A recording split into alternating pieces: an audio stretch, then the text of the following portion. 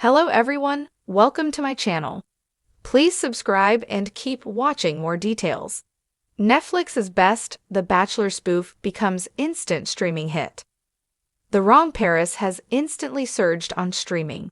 The new Netflix original movie stars Miranda Cosgrove as an artist who decides to compete in a Bachelor-esque reality dating show, thinking that it takes place in France, only to learn that it is set in Paris, Texas, and that she'll be vying for the heart of a handsome cowboy, Pearson Foda.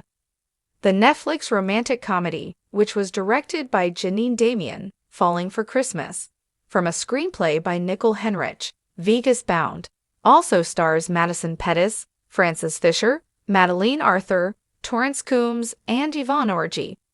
It has received solid reviews, earning a fresh score of 64% on Rotten Tomatoes. Netflix has now released their chart of the top 10 most-watched English-language movies on the platform worldwide for the week of September 8 through September 14. Even though The Wrong Paris debuted on September 12, more than halfway through that week, it has already debuted on the chart at No. 2 with 12.8 million views, amassing 22.9 million viewing hours. The only movie above it on the global chart is the smash hit Cop Demon Hunters, a runaway success which is now Netflix's most-watched movie of all time.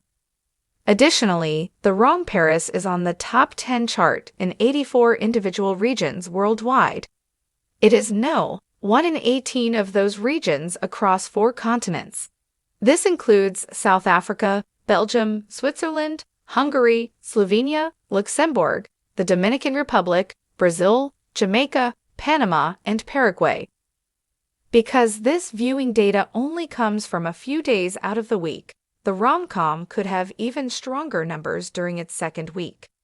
In fact, this is what happened for 2025's Cop Demon Hunters, which debuted at No. 2 with 9.2 million views and didn't climb to No. 1 with 24.2 million views until its second week. If The Wrong Paris can keep up this level of audience over the coming weeks, it could launch Miranda Cosgrove as a new star of Netflix rom-coms, allowing her to return in a variety of the streamer's future projects in the same genre. Similar hits have already done this for other stars, including Lindsay Lohan, who starred in Janine Damian's Falling for Christmas and Irish Wish, following those with 2024's Our Little Secret, and Vanessa Hudgens, who followed The Princess Switch with The Night Before Christmas and 2 Switch sequels, paving the way for The Wrong Paris to potentially do the same. Move Over Roses, Move Over Hot Tubs, Move Over Candlelit Confessions. Netflix has just dropped what may be the most entertaining, hilarious, and absurdly brilliant spoof of the Bachelor franchise we've ever seen, and it's taken the streaming world by storm. Within 48 hours of its release, this satirical romp climbed straight to the #1 spot on Netflix's global top 10, proving that audiences aren't tired of dating shows, they just want to laugh at them. The series, cheekily titled The Last Rose, is part parody, part social commentary, and entirely unhinged. It takes everything we know and love, or love to hate, about The Bachelor, the tearful limo exits, the over-the-top romantic gestures, the catty rivalries, and the final rose ceremony, and cranks it up to 11. Meet Chad Evergreen, the Bachelor who's too good to be true. At the center of this spoof is the impossibly perfect Chad Evergreen, played by comedy star Max Dyer, a 38-year-old international candle designer who wears 3-piece suits even when watering plants and has an accent that nobody can quite place. He's described in the opening episode as the most eligible man on earth, according to his mom. Chad's mission?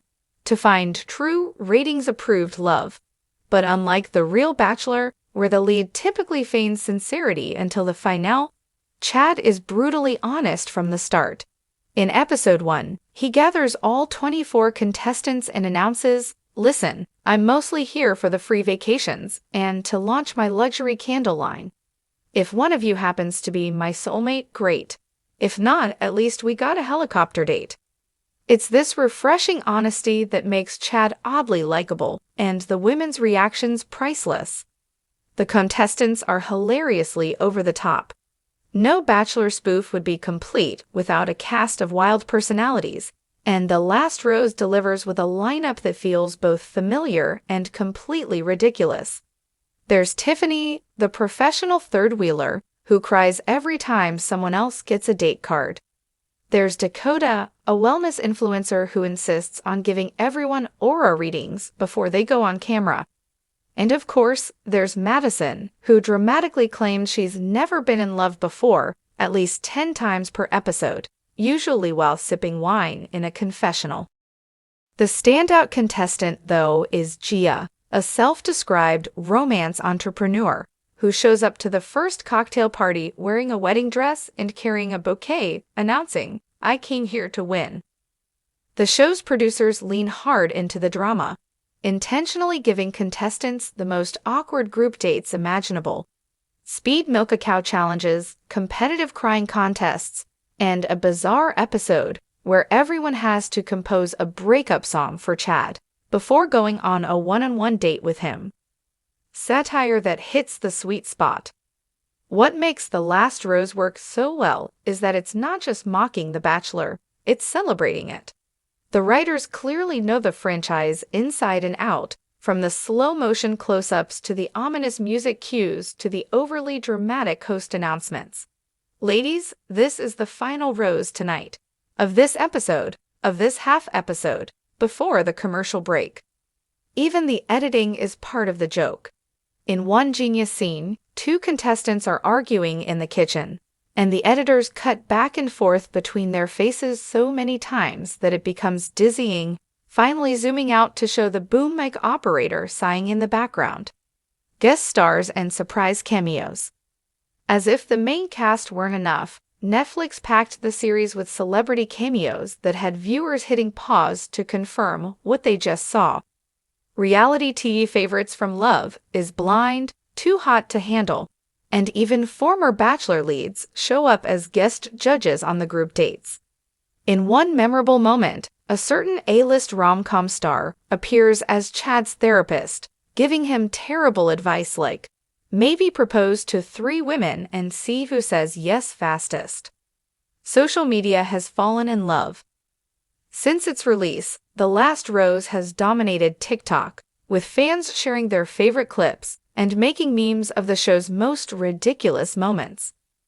One scene, where Chad dramatically whispers, "Will you accept this artisanal beeswax rose?"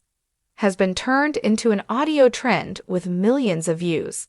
Twitter, or X, is just as obsessed, with fans praising Netflix for finally making a spoof that feels fresh. This is what happens when The Bachelor and Saturday Night Live have a baby, one fan tweeted. Another wrote, "I have never cared so much about a fake rose ceremony in my life." Underneath the humor, some real commentary. While it's first and foremost a comedy, The Last Rose also pokes fun at some of the problematic aspects of reality dating shows. It satirizes how contestants are often manipulated into fights, how producers create villains out of nothing, and how unrealistic the whole concept of finding love in 6 weeks really is. In the penultimate episode, Chad actually breaks the 4th wall and confronts the producers, saying, "You guys literally locked us in a mansion with unlimited champagne and expected us not to lose our minds." The camera crew just keeps filming. The finale leaves fans screaming. Of course, no Bachelor-style show would be complete without a shocking finale, and The Last Rose delivers one of the most chaotic endings ever. Without giving away spoilers, let's just say it involves an unplanned hot air balloon ride, a plot twist involving a secret identical twin, and the most dramatic after the final rose special imaginable. Fans have been begging Netflix for a reunion episode, a behind-the-scenes documentary, and even a spin-off featuring the show's breakout contestant Gia. Netflix has yet to confirm anything, but given the massive streaming numbers, a season 2 seems inevitable. Why this spoof works better than the real thing? What's fascinating is that the last rose might actually be more compelling than the reality show it's mocking. Because it's scripted, the humor lands perfectly, the pacing is snappier, and the drama feels both ridiculous and oddly satisfying. It also scratches the same itch as The Bachelor. Viewers still get the romantic fantasy, the heartbreak, and the over-the-top declarations of love, but with the added bonus of being in on the joke.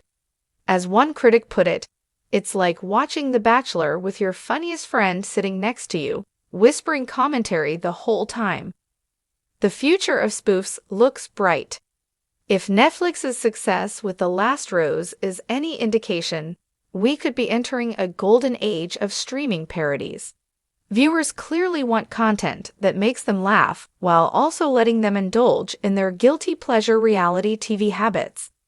Until then, we can all sit back, rewatch Chad Evergreen's journey for the 10th time, and wonder if maybe, just maybe, love can be found in a hot tub surrounded by cameras, holding an artisanal beeswax rose.